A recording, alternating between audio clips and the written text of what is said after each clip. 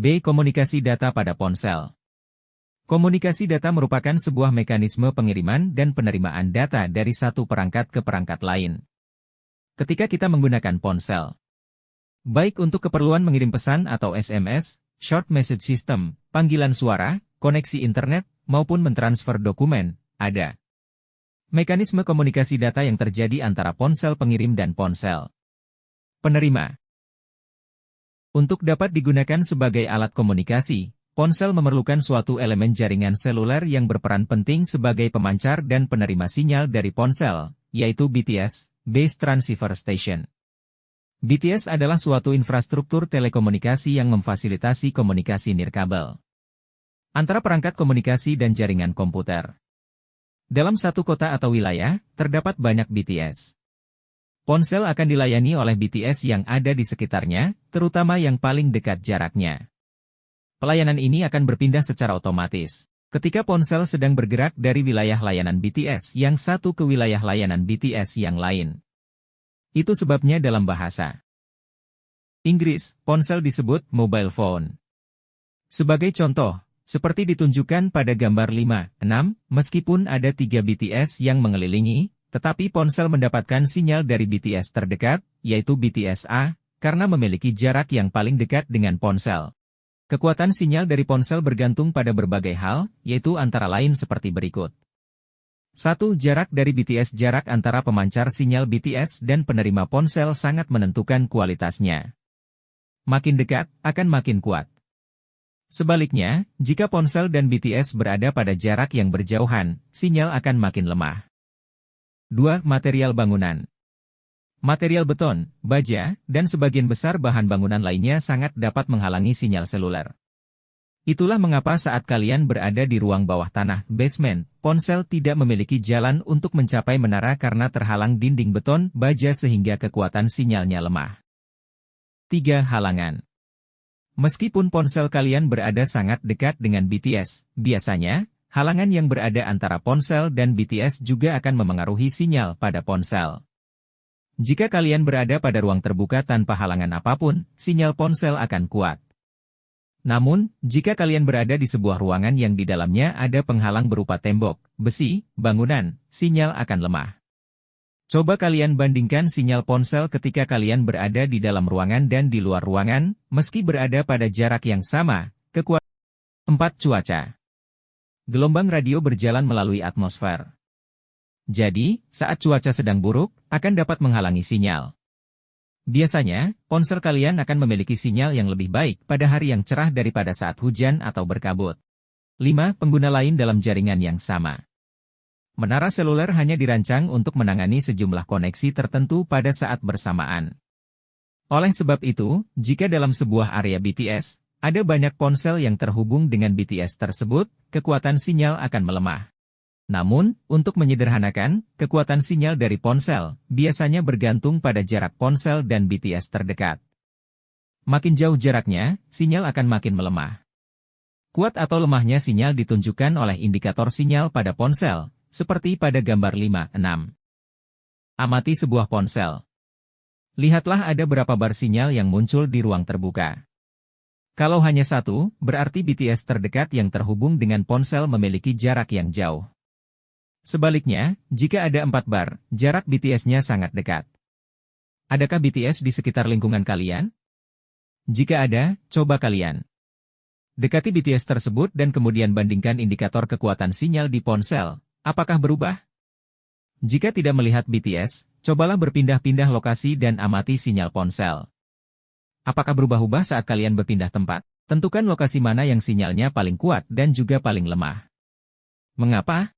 Pada gambar 5.7, dengan asumsi ponsel berada di ruang terbuka tanpa halangan, apakah kalian dapat mengidentifikasi kira-kira pada BTS mana HP-HP tersebut akan mendapatkan sinyal?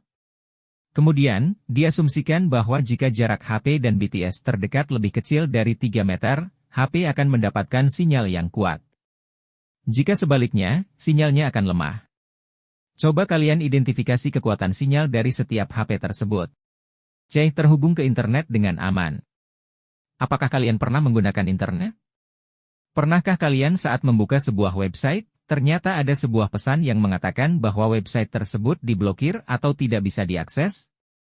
Jangan khawatir, biasanya, itu bukan karena jaringan internet kalian bermasalah, tetapi karena website yang kalian buka itu berbahaya sehingga oleh pemerintah aksesnya dibatasi.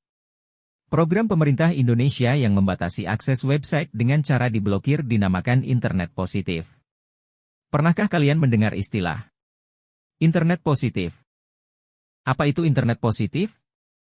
Internet positif ialah istilah yang biasa digunakan untuk menamai aktivitas pemblokiran atau pembatasan akses terhadap website yang dianggap tidak. Apa itu internet positif? Internet positif ialah istilah yang biasa digunakan untuk menamai aktivitas pemblokiran atau pembatasan akses terhadap website yang dianggap tidak.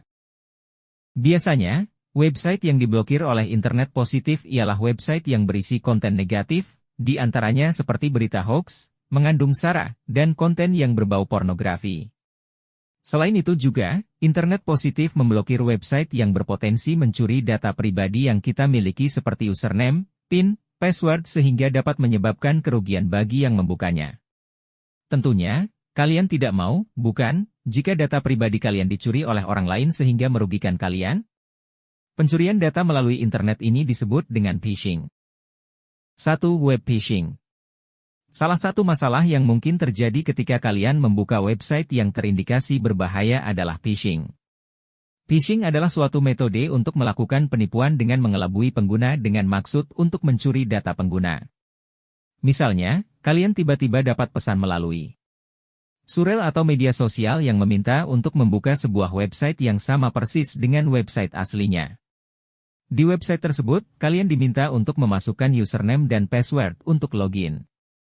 Nah, disinilah data kalian bisa dicuri. Jadi, kalian harus hati-hati ketika akan membuka sebuah website dan memasukkan informasi data pribadi. Kalian perlu waspada saat terkoneksi dengan jaringan internet karena banyak sekali website palsu yang bisa berbahaya yang harus kalian hindari. Sebagai contoh, website di bawah ini menyerupai website Facebook. Namun, ini adalah website palsu yang harus kalian hindari. Sebelum memasukkan data pribadi, pastikan alamat URL yang muncul sesuai dengan nama website aslinya. Namun, jika kalian tidak tahu apakah website itu palsu atau bukan, kalian bisa mengecek apakah ada ikon kunci di sebelah alamat URL atau tidak, seperti pada lingkaran merah pada gambar di bawah ini. Jika ada ikon kunci, artinya, website aman untuk dibuka. Karena telah terproteksi dengan baik. 2. Setting keamanan pada browser. Sekarang kalian sudah tahu bahaya yang mungkin terjadi ketika kalian mengakses sembarang website. Jangan khawatir, kalian ternyata dapat melakukan pengaturan dalam browser yang digunakan untuk menjelajahi internet supaya lebih aman. Pada sebagian besar browser yang kalian gunakan, biasanya, akan ada pengaturan keamanan yang bisa dilakukan. Setelah pengaturan dilakukan, browser yang kalian gunakan akan selalu memberi peringatan jika website yang kalian buka berbahaya. Gambar berikut menunjukkan salah satu contoh peringatan yang diberikan oleh browser. Jika bingung dengan website yang kalian kunjungi aman atau tidak, kalian bisa menyelidiki terlebih dahulu sebelum mengaksesnya.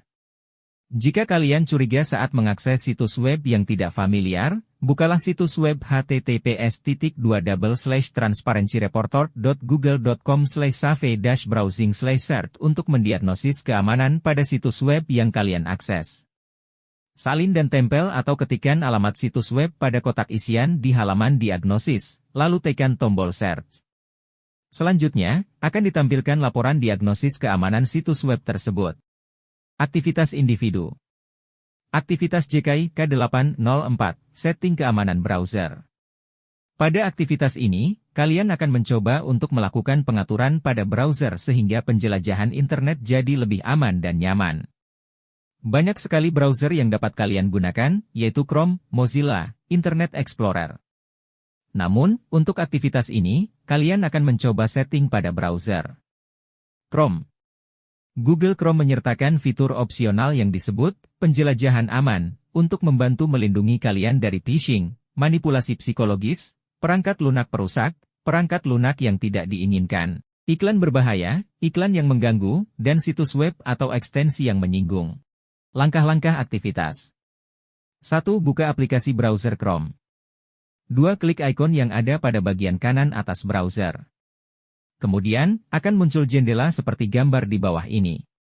Kemudian, klik menu Settings.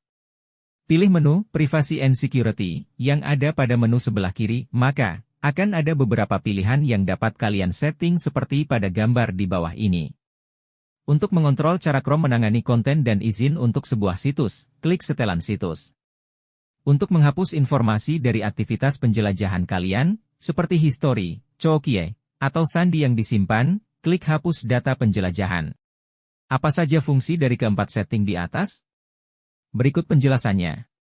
1. Clear browsing data dan Chookies and other site data, untuk menghapus data-data yang dikirim oleh browser ke komputer kalian ketika mengakses sebuah website, misalnya Chookies. Chookie adalah file berukuran kecil yang berisi serangkaian karakter yang dikirimkan ke komputer kalian saat kalian mengunjungi sebuah situs. Kalau merasa tidak aman, kalian dapat mengonfigurasi browser untuk menolak semua Chookie atau menunjukkan saat Chookie sedang dikirim. Namun, beberapa layanan atau fitur situs tidak dapat berfungsi dengan baik tanpa Chookie. 2. Security. Kalian bisa mengaktifkan fitur keamanan browser di menu ini dengan pilihan Enhanced Protection, proteksi lanjutan, atau Standard Protection. Perbedaan kedua pilihan itu ada pada apa saja yang akan diproteksi. 3. Site Settings. Setting ini digunakan untuk mengizinkan browser untuk berinteraksi dengan perangkat yang kalian miliki, misalnya GPS pada perangkat, microphone, webcam, dan lain sebagainya.